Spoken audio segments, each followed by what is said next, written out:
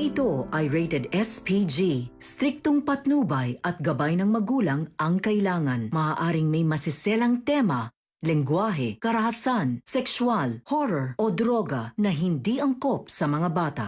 Ikaw ang aking dala sa gabing madilim. Ikaw ang Nagkita na si Justin at Zoe. Ano ang magaganap sa dalawa? Ano ang nalalaman ni Justin kay Zoe? Magandang araw at eto na nga tayo sa ating pinakaabangang tagpo sa Abot Kamay na Pangarap. Welcome to my channel. Please don't forget to like, comment, and click the bell button para lagi kayong updated sa aking mga videos. Samantala, sa labas ng bahay ni Lynette habang nagaantay ng mamasasakyan ang dalawa ay hindi pa din mapakali si Josa dahil hindi siya naniniwala sa mga sinasabi ni Lynette na okay sila ni Carlos. Dahil malakas ang kutob niya na sinaktan ni Carlos si Lynette at pinagtatakpan lang niya ito ang ginagawa sa kanya.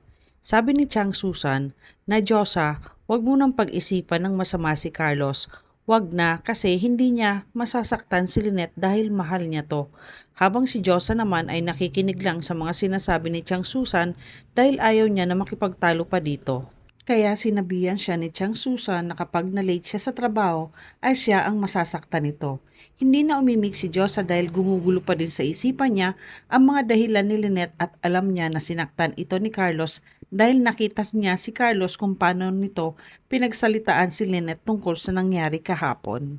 At kahit nakauwi na sila ay hindi pa din mapalagay si Josa kaya sinabihan niya na si Chang Susan na tumawag na sila ng pulis at isumbong na nila si Carlos sa violence against women.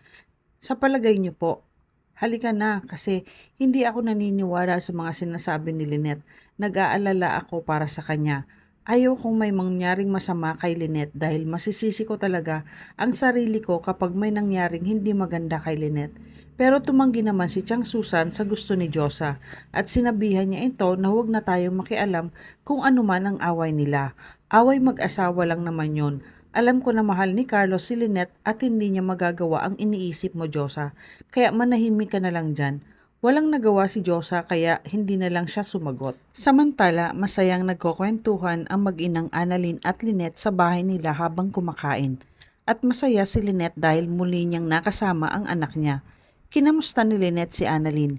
Sabi ni Annalyn na okay naman po ako, Nay.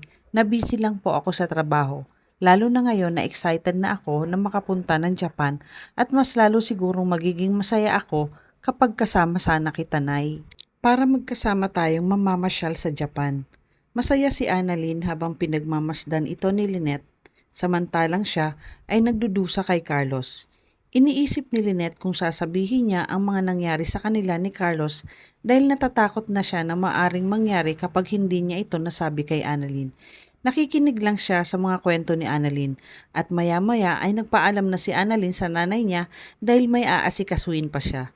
Sabi ni Lynette na sandali lang anak, may sasabihin sana ako sa'yo tungkol sa Tito Carlos mo at napapaiyak si Lynette.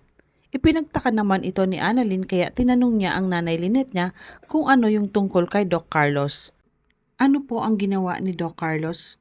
Kinabahan naman si Lynette kung sasabihin na ba niya kay Annalyn ang mga ginagawa sa kanya ni Carlos at natatakot din siya na baka pati si Annalyn ay idamay nito. Pinigilan ni Lynette ang umiyak siya dahil biglang dumating si Carlos sa likod ni Lynette. Tinawag ni Carlos si Lynette kaya hindi na ituloy ni Lynette ang sasabihin niya kay Annalyn. Napalingon ang dalawa kay Carlos at biglang iniba ni Lynette ang sinabi niya kay Annalyn. Sabi ni Lynette na nagpapaalam na si Annalyn at uuwi na daw siya at agad niyang pinunasan ang luha niya nang makalapit si Carlos. Nagpasalamat na lang si Annalyn kay Carlos at nagpaalam na si Annalyn kay Lynette kaya niyakap niya ito ng mahigpit. Pero alam ni Annalyn na may sasabihin ang nanay niya. Sa kabilang banda naman ay pinuntahan ng pulis si Giselle para ibigay ang bago nilang nalaman sa kaso ng papa niya at may bago silang eyewitness na magpapatunay na nakita niya ito. Sabi ng pulis na may nakita siyang sasakyan na lumabas sa hideout ng kidnappers kung saan nagkabarilan. Sabi naman ni Giselle na sigurado ako kung anumang sasakyan yun at kung kanino man yun, alam kong pag-aari ito ni Moira. Habang magkausap ang dalawa ay bigla naman dumating si Moira at narinig niya ang pinag-uusapan ng dalawa at sinabihan niya si Giselle na ikaw naman, sandali lang ako nawala na mismo agad ako. Hindi mo man lang ba ako i-welcome? Nagulat naman si Giselle sa biglang pagsulpot ni Moira at sinabing dumating ka na pala. Bakit ka nandito? Anong ginagawa mo dito? Alam mo naman na bawal kang pumasok sa hospital ko. Hindi ka kailangan dito, Moira. O baka may bala ka na naman kay Papa. Ikinainis naman ni Moira ang mga sinabi ni Giselle. Sabi ni Giselle, nakararating ko lang tapos pagbibintangan mo agad ako na ako ang may-ari ng sasakyan. Hindi nyo nga napatunayan na may kinalaman kami ni Zoe. Sabi ni Giselle na huwag kang mag-alala, oras na magising sa Papa at nasabi niya kung sino ang may gawa nito sa kanya ay hindi ako titigil na malaman ng totoo. Kaya pwede ba umalis ka na dito? Walang nagawa si Moira kay Giselle kaya umalis na lang siya. Naiwan naman si Giselle at ang pulis kaya pinasalamatan ito ni Giselle. Samantala, nakabalik na si Zoe sa Apex at sa di inaasahang pagkakataon ay nakasalubong sila ni Justin sa hallway. May alam na si Zoe kay Justin kaya sinabi niya na ikaw pala ang anak ni Tita Giselle. Habang tinitingnan lang din siya ni Justin si Zoe dahil alam niya kung ano ang ugali nito.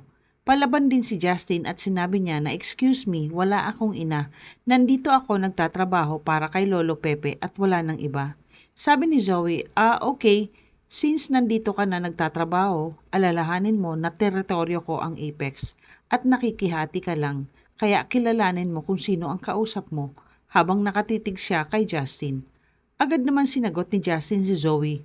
Ay oo nga pala, kilala na kita dahil naikwento ka na din sa akin ni Lolo Pepe. Oo, sa ngayon teritoryo mo ang Apex, pero pag nagising na si Lolo Pepe at sigurado ako na itutuloy niya yung planong tanggalan ka ng mana na makukuha mo at pagkatapos ikaw na ang magiging sampid dito. Kaya bago ka magsalita sa akin ng ganyan, alamin mo kung wala akong alam sa'yo dahil hindi mo pa ako kilala. At bigla itong tinalikuran ni Justin. Hindi naman nakakigbo si Zoe sa kinagulat niya ang sinabi ni Justin na may alam siya tungkol sa kanya. Galit na galit si Zoe kay Justin dahil alam niya na hindi ito magpapatalo sa kanya. Inis na pumunta sa opisina niya si Zoe at naumbutan niya si Moira sa loob. Ipinagtaka naman ni Moira kung bakit galit na galit si Zoe. Sabi ni Zoe na nakasagutan niya ang anak ng Tita Giselle niya. Sabi naman ni Moira, ako din ang Tita Giselle mo. Ang nakita ko kanina at pinapalayas ako dito. Parehas nga sila ng ugali, palibhasa mag-ina. Huwag kang mag-alala, Zoe. May araw din sa atin ang mga yan. Simula na kaya ang bangayan ni Justin at Zoe? Masasabi kaya ni Lynette kay Annalyn na sinasaktan siya ni Carlos? Magsumbong na kaya si Tiang Susan at Diyosa sa mga pulis? Yan ang ating pakaabangan dito lang sa Abot Kamay na Pangarap. Huwag bibitiw at huwag kalimutan mag-subscribe. Maraming salamat po and God bless.